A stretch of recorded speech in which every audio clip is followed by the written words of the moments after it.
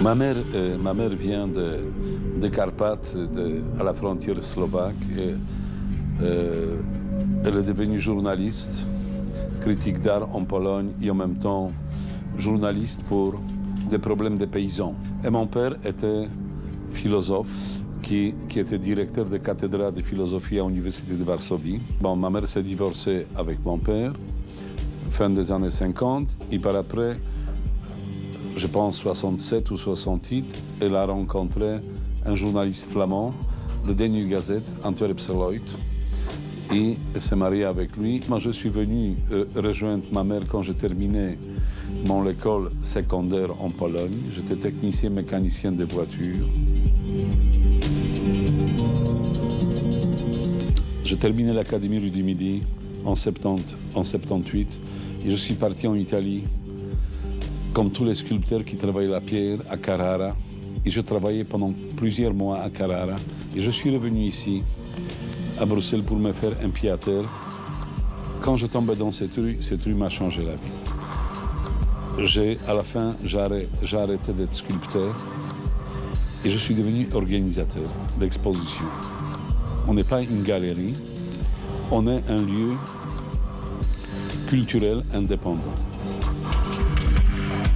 Nous, on a toujours développé notre travail avec des musées, centres d'art contemporain, dans des autres pays, les Kunsthalle, les Kunstverein.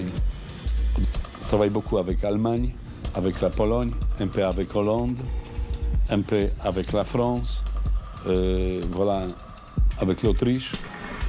On s'est rendu compte qu'il y a tout un marché international de la carte postale qui est très intéressant et que les gens ont envie d'acheter cette petite morceau de papier pour envoyer à quelqu'un parce qu'ils ont un petit souvenir d'une exposition, etc. Et on a choisi des œuvres d'art, des artistes qui ne sont pas connus. Et on a fait des best-sellers.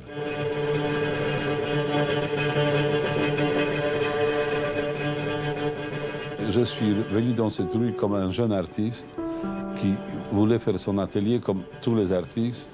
Et par après cette rue, avec sa circonstance sociale qui était là, c'est une petite pauvre rue jetoise, ouvrière. Et c'est une rue qui était vouée à démolition. Et les gens qui habitaient ici, c'était des petits propriétaires pauvres comme ça, qui devaient vendre ces maisons parce qu'on devait casser tout ça ici pour faire un building. On a reçu cette rue pour un franc symbolique à l'époque, dans le cadre d'un bail amphithéotique.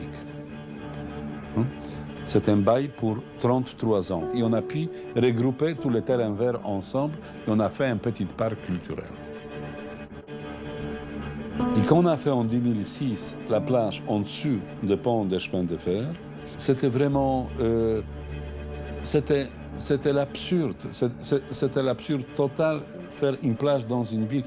L'absurde sociologique devient romantique après. Et les gens rêvaient. Et alors, il y en avait des baffles qui soufflaient le son de la mer avec les cris des mouettes. Et alors, les chiens qui étaient là, qui habitaient dans ces maisons, après qu'on coupait la mer, ils devenaient fous parce qu'ils étaient complètement déroutés, quoi, parce qu'il n'y avait plus de bruit de la mer. On a fait venir la mer pour les gens. C'était romantique.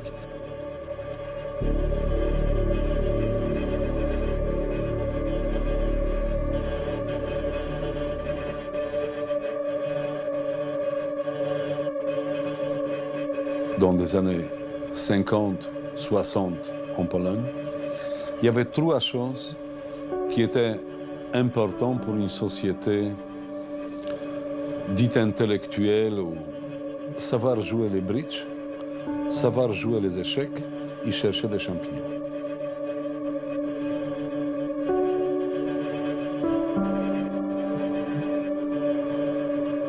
Quand vous allez chercher des champignons, c'est un problème aussi méditatif.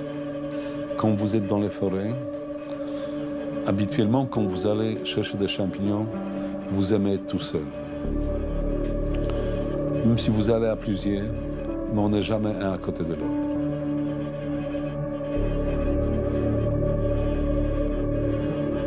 J'avais une chance, par hasard, que ma mère, elle a marié un flamand et qu'elle est partie habiter à Anvers et que moi j'ai pu venir chez ma mère et comme ça j'ai pu rester ici et vivre, etc.